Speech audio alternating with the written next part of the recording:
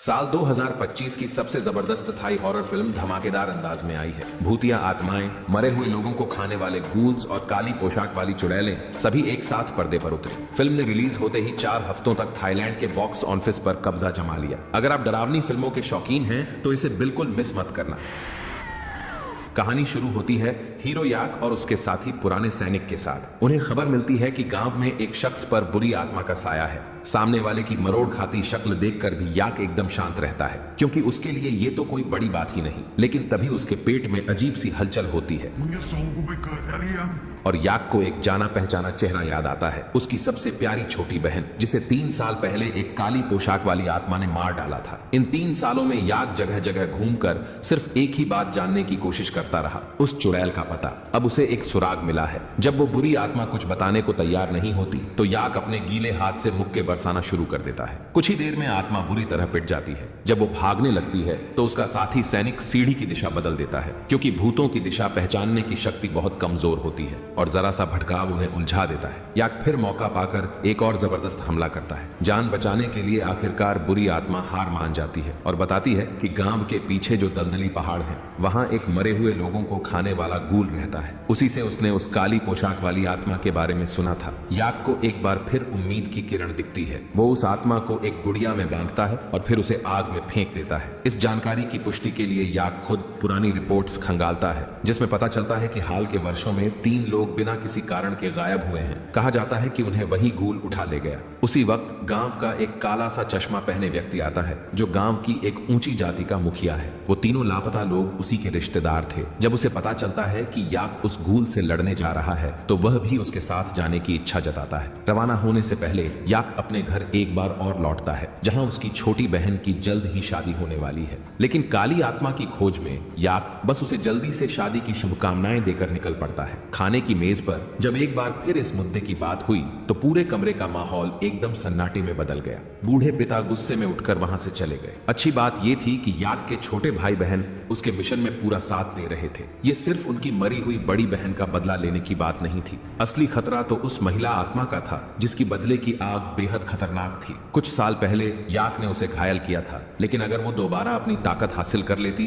तो जरूर बदला लेने लौटती। इसी डर से याक का बूढ़ा पिता हर रात दरवाजे पर पहरा देता था। याक ने अपनी मरी हुई बहन की तस्वीर को देखा। अब वक्त आ गया है उस महिला भूत के साथ सब कुछ खत्म करने का। अगली सुबह एक भरा पूरा जत्था जंगल की ओर रवाना होता है। याक और बुजुर्ग सैनिक के अलावा इस मिशन में गांव के प्रमुख तांत्रिक और 2 विदेश से लौटे युवा रिश्तेदार भी शामिल थे। साथ में कुछ कुली भी थे जो सामान ढो रहे थे। ये पूरा जत्था अब तक का सबसे बड़ा और संगठित था। करीब 2 घंटे के सफर के बाद सब लोग जंगल के किनारे पहुंचते हैं। पेड़ इतने घने थे कि अब उन्हें पैदल ही आगे बढ़ना पड़ा। जंगल के अंदर धुंधली रोशनी में दूर दूर काले साए हिलते हुए नजर आ रहे थे। याक पूरी तरह से चौकन्ना हो गया। बुजुर्ग सैनिक ने पहले से तैयार किया गया प्रसाद निकाला और पूजा शुरू की। वो पहाड़ी देवता से माफी मांग रहे थे ताकि इस जंगल में घुसने के लिए उनकी इजाजत मिल जाए, मगर कोई नहीं देख पाया कि जहां उन्होंने प्रसाद रखा था जमीन धीरे धीरे अजीब तरह से हिल रही थी। जैसे जैसे जत्था घने जंगल में आगे बढ़ा, याक ने सबको चेताया, यहाँ की हवा बहुत भारी है, किसी भी वक्त कुछ भी अनहोनी हो सकती है। मुखिया बहुत आत्मविश्वास में था। उसकी गर्दन में पिपा मां का तावीज था और कमर में नरपिच तलवार टंगी हुई थी।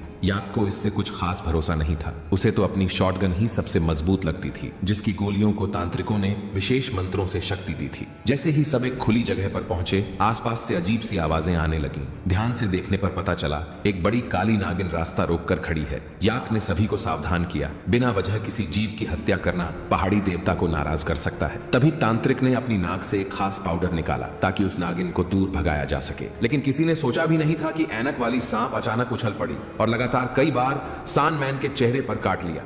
ग्रुप लीडर का बड़ा भतीजा गुस्से में आ गया और सीधा एक गोली मारकर उस सांप को मार डाला। जल्दबाजी में सान मैन की लाश का निपटारा कर दिया गया।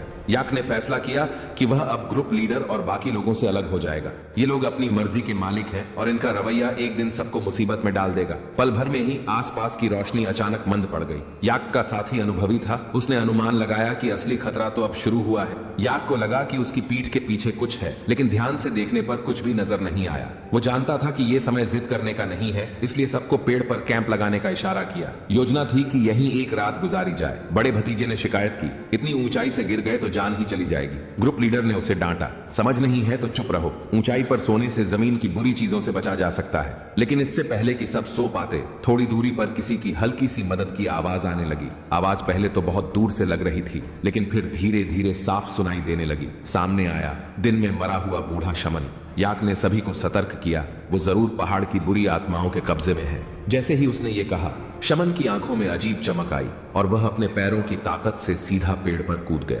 बड़ा भतीजा डर से फायरिंग करते हुए नीचे गिर गया और घबराहट में ऊपर की ओर ही गोलियां बरसाने लगा। इससे याक और बाकी लोगों को भी मजबूरी में पेड़ से नीचे कूदना पड़ा। लेकिन शमन की रफ्तार बहुत तेज थी। कुछ ही पलों में वो बड़े भतीजे के पीछे पहुंच गया। भतीजे का शरीर जैसे किसी और के कंट्रोल में था। उसने खुद ही अपनी बंदूक उठाई और गोली मार दी। कुछ ही पलों में वह एक बेजान, बिना सिर की लाश में बदल गया। उसका नीचे का हिस्सा भी शमन ने घसीट लिया। डरे हुए बाकी लोग तब जाकर समझ पाए कि नामीन गुली गलती से ग्रेनेड से जख्मी हो गई थी। अगली ही सेकंड उसकी आंखें काली स्याही की तरह हो गईं। याक ने झट से उसे एक मुक्का मारकर जमीन पर गिरा दिया और फिर सबको समझाया, इस जंगल को सालों से बुरी ऊर्जा ने घेर रखा है। बहुत से पेड़ पौधे और जानवर राक्षसों में बदल चुके हैं। अभी जो भी अजीब घटनाएं हमने देखी, सब उन्हीं की करतूत थी। साथ ही सैनिक को पहले से नक्शा याद था। उसे याद आया कि पास ही एक रक्षा भूमि है जो खास तौर पर पहाड़ी आत्माओं और राक्षसों को रोकने के लिए जानी जाती है। सब बिना देर किए वहां की ओर दौड़ पड़े, लेकिन किसी ने ध्यान नहीं दिया कि पीछे छोटा भतीजा पीछे छूट गया। उसे दूर से ग्रुप लीडर की आवाज सुनाई दी, लेकिन वह इतना थक गया था कि टांगें जैसे जवाब दे चुकी थी। वो दौड़ता गया और जितना दौड़ा उतना ही डर बढ़ता गया। फिर अचानक वो एक पेड़ की जड़ से ठोकर खाकर गिर पड़ा। जब उसे होश आया तो एक अजीब सी साया उस पर टूट पड़ी। वो मिन्नतें करता रहा, पर अगले ही पल उसका शरीर 2 टुकड़ों में बंट गया। उधर याक और बाकी लोग आखिरकार उस रक्षा भूमि तक पहुंच चुके थे। गांव के मुखिया को गहरा दुख हुआ जब उसने देखा कि अब वह अकेला रह गया है। इसी वक्त छोटा भतीजा अचानक दिखा, लेकिन वो बस दूर खड़ा था, आगे बढ़ने की हिम्मत नहीं कर रहा था। याक ने उसकी हरकतों में कुछ गड़बड़ महसूस की। उसने बंदूक कसकर थाम ली। भतीजे की आंखों में गुस्से और नफरत की ज्वाला जल रही थी। धुएं के बीच वो अचानक एक जंगली जानवर में बदल गया। गुस्से से दहाड़ता हुआ जंगल की ओर चला गया। याक और बाकी लोग वहीं बैठे रह गए सूरज निकलने तक। अगली सुबह उन्होंने एक और पीपा मंग बुलेट तैयार की और बैग उठाकर सफर दोबारा शुरू किया। दिन में कोहरा हट चुका था और राहत की बात यह थी कि आगे के रास्ते में फिर कोई भयानक घटना नहीं हुई। जब वो सैनिक पूरी तरह से हार मान चुका था, तब वो काली साड़ी वाली महिला आत्मा सामने आई। जान बचाने के लिए उसने उस आत्मा की शर्त मान ली। फिर जो भी दुश्मन सैनिक थे रहस्यमय ढंग से मारे जाने लगे। उस सैनिक ने आत्मा की जीभ निगल ली और उसी पल से वह एक फ्लैश ईटिंग ज़ॉम्बी पपेट बन गया। अब वो जीवित इंसानों को खाकर उस महिला आत्मा की ताकत बढ़ाने के लिए मजबूर था। फिर भी उस सैनिक की इंसानियत पूरी तरह मरी नहीं थी। इन सालों में वो लगातार पछतावे और पीड़ा में जीता रहा और यहाँ तक कि खुद एक योजना बनाकर उस महिला आत्मा को मारने की कोशिश की। मगर अफसोस, ग्रुप लीडर के पूर्वजों ने अनजाने में उसकी उस योजना को विफल कर दिया। आखिर में लाचार होकर वो घने जंगल के दलदली इलाके में भाग गया, जहाँ पीपा मंग ताबीज की मदद से अपनी मौजूदगी को छुपा पाया और तब से वो वहीं छिपा हुआ है। लेकिन जैसे ही उसकी बाल रूप की शक्ति सामने आई, मुखिया ने झट से उसकी उस ताबीज वाली भुजा को काट दिया। असल में वो यहाँ महिला आत्मा को मारने नहीं, बल्कि उसके साथ सौदा करने आया था। सौदा ये था, अगर वो उसे फ्लैश ईटर का ठिकाना बता देगा तो महिला आत्मा उसके कबीले को नुकसान नहीं पहुंचाएगी। उसी समय दूर से एक रहस्यमयी गूंजती हुई धुन सुनाई दी। ये वही आवाज थी जो सिर्फ उस महिला आत्मा के पास होती थी। उसकी ये खास ताकत नरक की ध्वनि से इंसानों के मन को भ्रमित कर सकती थी। साथ ही फौजी पल भर में बेहोश हो गया। याक और मुखिया पहले से तैयार थे। उन्होंने अपने शरीर को चोट पहुंचाकर खुद को होश में रखा। अगले ही पल फ्लैश ईटर का सिर एक पंजे में जकड़ा गया और वो काली साड़ी वाली आत्मा आखिरकार अपने असली रूप में प्रकट हुई। वो और ज्यादा इंतजार नहीं कर सकी। उसने अपने मुंह से जीभ निकालकर निगल ली। वर्षों की जमा की गई शक्ति एक झटके में उसके पूरे शरीर में समा गई। महिला आत्मा जोर से ठाका लगाकर हंसी। मुखिया को लगा शायद अब वह अपने वादे पर कायम रहेगी, लेकिन अगले ही पल वह खुद उसी जगह पर मारा गया। सच ही है, शैतान से सौदा करने का कोई अच्छा अंजाम नहीं होता। याक जैसे तैसे खड़ा हुआ और पीपा मंग की खास गोली दागी, लेकिन अब आत्मा की शक्ति अपने चरम पर थी। सामान्य हथियारों से उस पर कोई असर नहीं पड़ा। याक फिर से गोली चलाना चाहता था, पर तभी नरक की गूंज फिर से सुनाई दी और उसका शरीर जैसे उसके काबू से बाहर हो गया। उसके हाथ खुद ब खुद उठे और उसने अपनी ही छाती की ओर ट्रिगर दबा दिया। महिला आत्मा बस मुस्कुरा रही थी। उसे याक और उसके परिवार की याद थी। बेचारे लोग नहीं जानते थे कि सबसे बड़ा संकट अब उनके सिर पर है। उधर घर पर सब लोग याक की छोटी बहन की शादी की तैयारियों में जुटे थे।